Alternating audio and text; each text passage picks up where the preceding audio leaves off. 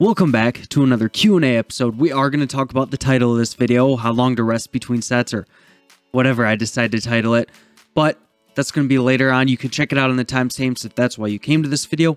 But the first question that I want to talk about is from Wes, and he said, because of my hypermobility, I can't do straight arm pullovers. Am I losing gains by only doing lat pull downs and rows? So basically, he can't do the lat pullovers. Is he missing out on anything from not being able to do those? I would say that if you are missing out on anything, it's going to be pretty small, pretty non-significant. I do think that there's a little bit of a benefit to having a mix of pull downs, horizontal pulling, and pullovers. I would incorporate all three in your program if you didn't have any potential problems to where you couldn't do one of these variations, as I think that there is going to be a little bit different of a stress from each one and benefits people in different ways. But are you going to miss out on some gains if you just do pull downs and horizontal rows? Man, I don't think it's going to be much. Maybe just a little bit, but if you fill up that back volume with horizontal pulls and pull downs, I think that you're going to be able to get 95, 98, 99% of the way there and be completely fine. So I don't think that's something you have to worry about a whole lot there, Wes. Next question comes from Aster, and it's about direct forearm training, which you guys already know that I'm kind of a fan of. But Aster asks, direct forearm carryover to deadlifts.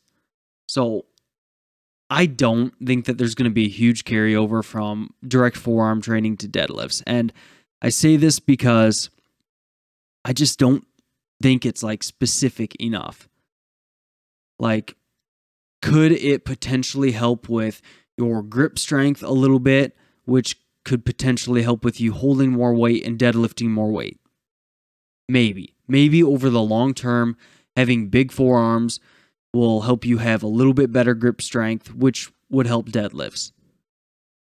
But man, if I was going to address grip strength for deadlifts, I would probably do something like heavy holds, to where you complete a deadlift rep and then you hold it for a certain amount of time, maybe after your last rep for the last set, to really get that specific deadlift strength. Or something like farmer's carries might be more beneficial as well. Something that mimics holding the weight in that sort of position. But man, doing a little bit of work on the deadlifts without using grips and stuff like that, I think that would carry over a lot more to deadlift strength than just getting your forearms bigger, you know? So I don't think it would be a huge carryover. Do I think that you could get a little bit of carryover over the long term from having big forearms?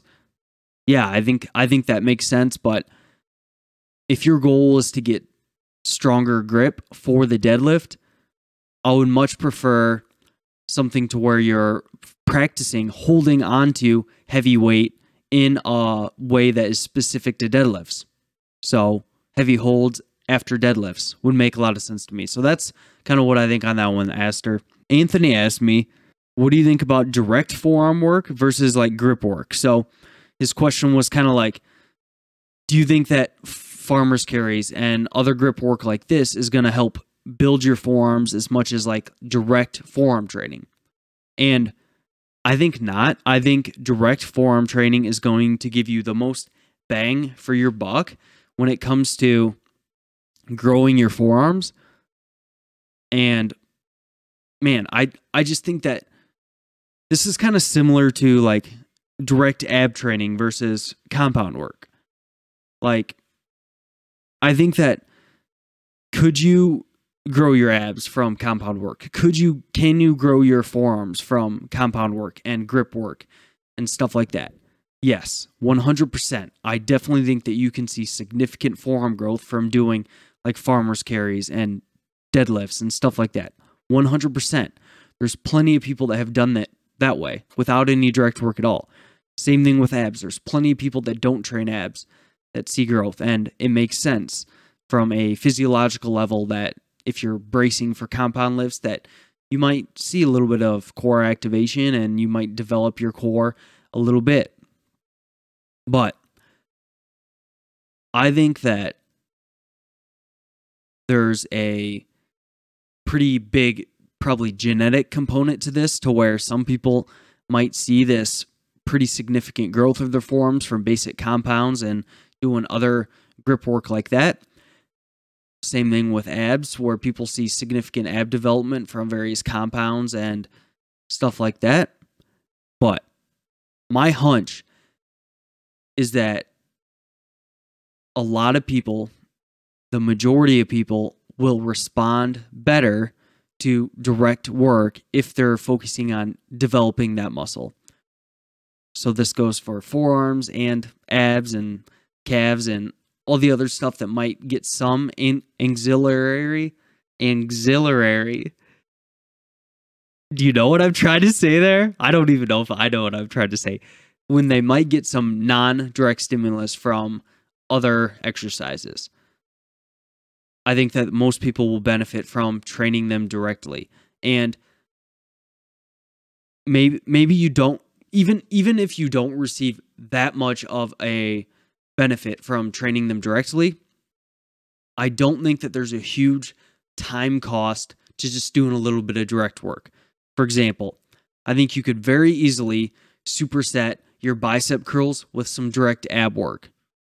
Knock it all out in the same time frame without adding a ton of like systemic stress, because doing some like cable crunches is probably not going to dip into your total body recovery that much. Could it add a little bit of core fatigue for other lifts? Yeah, it could, but I wouldn't recommend getting too crazy with it. Probably just 3 or 4 sets a few times a week is probably a good place. 2 to 4 times a week. Same thing with direct forearm training. You could superset your direct forearm training with abs or with calves or with lateral raises or something like that, with leg extensions, hamstring curls, supersetting it with that, and just doing a couple of sets of extensions and flexion 2 to 4 times a week is probably where I would start. And I think that that's not going to be a little much of an extra time cost. And I also think that developing your forearms is probably going to make you look quite a bit better in clothes, just because I think there's something to that presence of, man, that dude's got big forearms. He's probably lifts some weights, and I just think they look good. Personally, I do. And same thing with the abs. I think that if you are able to develop your abs a little bit more, say direct training is going to get you 5 to 10% more developed abs over the course of 3 to 5 years, I would take that, because it's not adding much extra time to my training regime since I'm supersetting them. And I think I'll look a little bit better at higher body fat percentages by having a little bit more developed abs. And especially myself, I carry like all of my fat in my midsection, like all of it. And that's partially related to probably genetics and could be related to stress levels. Although I feel like I manage stress pretty well. Like I don't let things get to me a whole lot, but that's neither here nor there. I just think that, especially for those individuals that may store a little bit more fat around their stomach and maybe don't have the best ab genetics and maybe don't have the best genetics overall, are probably going to benefit from some direct ab and forearm training. But do I think that doing like farmer's carries and grip work is going to help your forearms? Absolutely. Absolutely do. But I also think that that type of training is more like isometric approach, and isometric is like same measure, so it stays constant throughout. So this would be like me pushing against this desk here, which I don't think you could see the desk right now, but I'm pushing against the desk, but my muscle isn't lengthening or shortening, but it's producing tension because I'm pushing against the desk, but it's not actually lengthening or shortening. That's like an isometric contraction. And that would be similar to like doing a forearm carries, to where you're producing tension to hold on to it, but you're not really bringing it through your forearms through a full range of motion. I think the full range of motion is going to help you actually grow that muscle a little bit more. So it's similar to like doing planks for abs. You can do that isometric contraction of doing a plank and flexing your abs. I think that can be great, but I think you might get a little bit more development through actually taking it through a full range of motion. So with this farmer's carries and stuff like that, yeah, I definitely think it would be a nice isometric contraction to where you can see some development through it for sure. But I do think that some direct training through full range of motion is probably going to get you the best results if that's what you're looking for, you know? So it also matters on what your goal is and stuff like that. So I hope that helps you out there, Anthony. Next question comes from Patrick. My man, Patrick. And he asks, basically his ask was, what are your recommendations mainly for twice daily training? And he specifically wants to know about doing an upper lower push-pull leg split. So twice daily training, some of you may or may not know that I currently do twice daily training. And my main reason for this is because, well, for one, I really love this thing, and I'm kind of willing to do things that in my head are just seem to me maybe a little bit more optimal. And I feel like the way I'm approaching it right now, yes, it's twice daily training. And yes, some people think it's crazy, but I feel like the way I approach it still allows me to do it in a way that in my head, it's like, yeah, man, this is pretty optimal. You're doing a great job. And I like that because I love this stuff and I really enjoy it. And where the fuck was I going with that? I am literally on campus. I'm currently earning my master's degree in exercise science at university here in Iowa. And I'm on campus from like 6:30 in the morning until like 4 to 5 at night. And then on Mondays, I come back around and I have a night class from 6 to 8:30. But recently we've had a class before that night class, so it's been 5 to 8:30. And for any of my exercise science fellows in that class with me, you can feel my pain a little bit with that one. But I'm on campus like all day. And on campus, we have our gym. So it's actually somewhat convenient for me to lift right away in the morning before classes and everything, shower at campus. I'll bring food and eat it in my Tupperware. Yes, I feel a little bit weird doing that, but not that weird because I don't think it's that weird.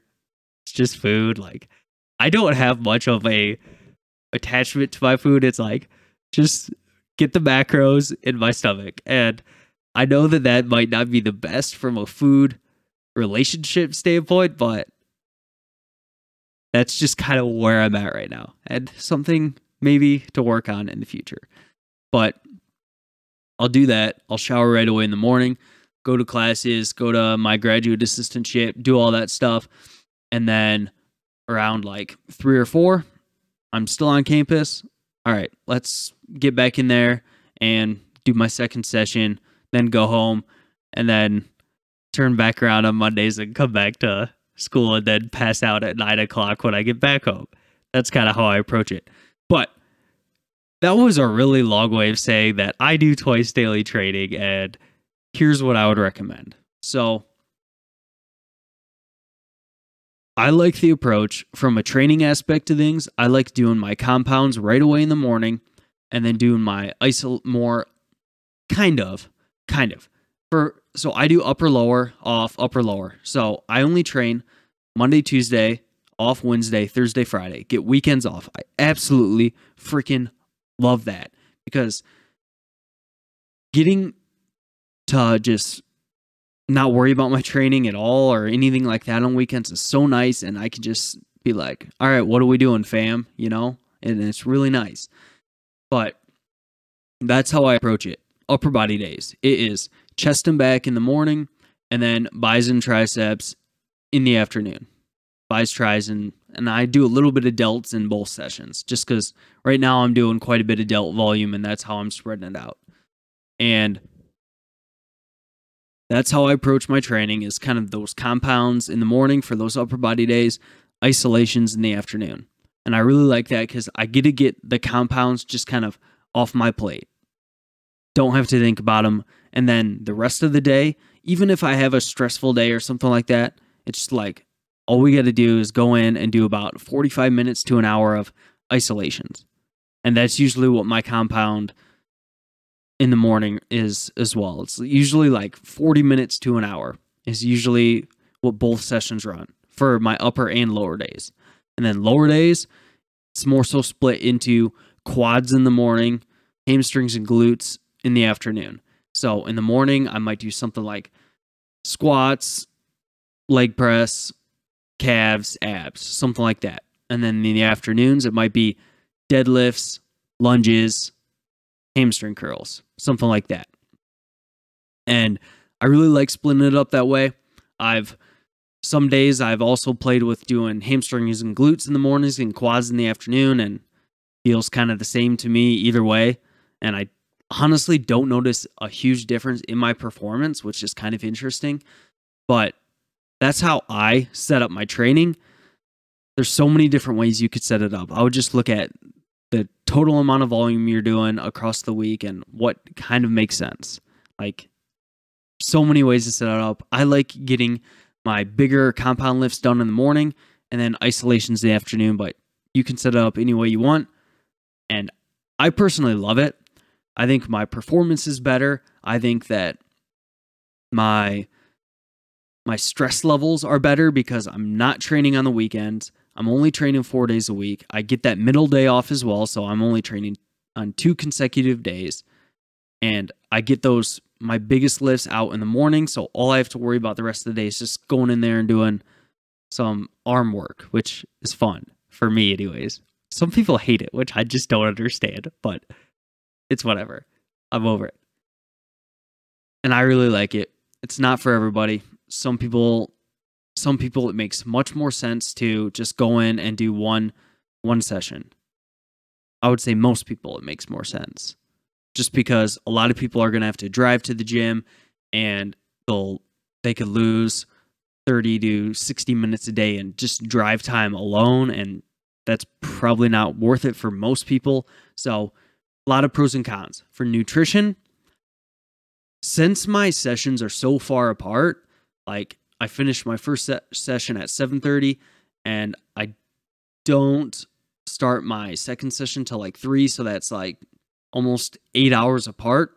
So I honestly don't and especially since I'm gaining right now, I don't really worry about having, this might not be optimal, but I don't worry about having like a super fast digesting carb source after training and stuff like that a whole lot. I don't, because I still have 8 hours between sessions. And since I'm gaining, I feel like I'm almost always digesting food throughout the entire day. Like I have breakfast at like 4:45 in the morning, and I'm still digesting that throughout my workout. So I feel like it's just not that important for me to have a super fast digesting carb source right after my workout. So I don't worry about it a whole lot. And I think that if you're gaining, like even if you're cutting, you might not want to have a fast digesting carb source because of satiety reasons. So I honestly don't worry about it that much. If your training session is within 4 or 5 hours, your second one, then maybe you want to have a fast digesting carb source intra-workout for sure, and then maybe post-workout as well. But if you're having that pre-workout meal and you're still digesting that while you're training and stuff like that, doesn't matter as much, maybe not. And if your session is under 45 minutes to an hour, do you really benefit from an intra-workout nutrition, which we talked a lot about in previous Q&As? I'm not sure if you need it that much. So nutritional recommendations, protein, I would still shoot for at least 1 gram per pound. Have that spread across. I would probably just put that post workout, and then maybe a pre-bed meal. So 4 to 6 meals spread out throughout the day. as I would always recommend. Carbs, I would have some carbs pre-workout in both scenarios. Do I think that it has to be fast digesting after your workout, even in the context of twice daily training? I'm not sure, just because I feel like you'll still be digesting that pre-workout a bit. If you're cutting, then I think you just digest stuff faster inherently anyways. So maybe you avoid fats post-workout when you're cutting so you can make sure that's just on it, because you have a little less food, and maybe you have a little bit carbs closer to your workout when you start cutting. But man, I honestly don't think it's going to matter a ton either way. So I'm not sure if that recommendation changes a whole lot, and that's kind of how I approach it there. So Patrick, I hope that helps you out for your training. Just real quick on your push-pull legs, I would probably separate your upper and lower like I did. And then for your second lower body session, I would probably do a similar thing. You could flip, doing hamstrings and glutes in the morning and quads in the afternoon, depending on what you want to prioritize. But I want to prioritize my quads, so I do it first both days. But for your push and pull sessions, I would probably just do chest, triceps, and delts. So chest in the morning, tris and delts in the afternoon, maybe chest and abs, something like that. Same thing for your pull, back in the morning, biceps and forearms in the afternoon, whatever it might be. But I would consider just doing upper lower off, upper lower off off. It's a really sweet split in my opinion. But that's kind of how I would approach twice daily training there. Definitely rambled about this enough, but we'll move on to the very last question, and that is from Minori. 1 versus 2 minute rest on isolation movements. So let's just cover rest times in general here. I think that a good general recommendation for rest times is for compound, more heavy, taxing lifts, and heavy is relative, more multi-joint lifts, probably 2 to 4 minutes is probably a pretty decent rest time between sets. For isolation lifts, between 1 and 3 minutes is probably a pretty decent general recommendation between sets. So 1 versus 2 minutes depends on how you feel after a minute. If after a minute you feel like you're still pretty gassed and you're kind of tired, wait another 30, 60 seconds. But if after a minute you feel good, then I think you're totally all right. The reason why we want to have rest time is so we can perform pretty dang well on our following set. So whenever you feel like you can kind of perform pretty dang well, then that's how long I would rest. And I really wouldn't worry about it a ton.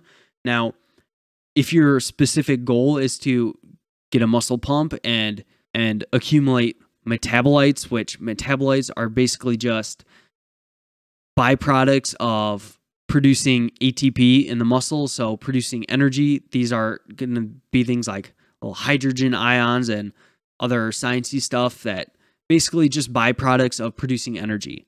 These things could accumulate in your muscle, and this is a potential signal for muscle growth. So if your goal is to get a pump and accumulate these metabolites, then you might do stuff like drop sets, supersets, mile reps, stuff like this, to where you limit your rest times purposefully to accumulate these things. But if in a traditional sense, good recommendation, 2 to 4 minutes compounds, 1 to 3 minutes isolations, and basically just going by how you feel. If on compounds you feel good after a couple minutes, go ahead. Isolations, feel good after a minute, go ahead. If you feel like you need a little extra time, give it that extra time so you can perform well. I appreciate each and every question. Drop your questions down below, and I will see you in another Q&A next Sunday.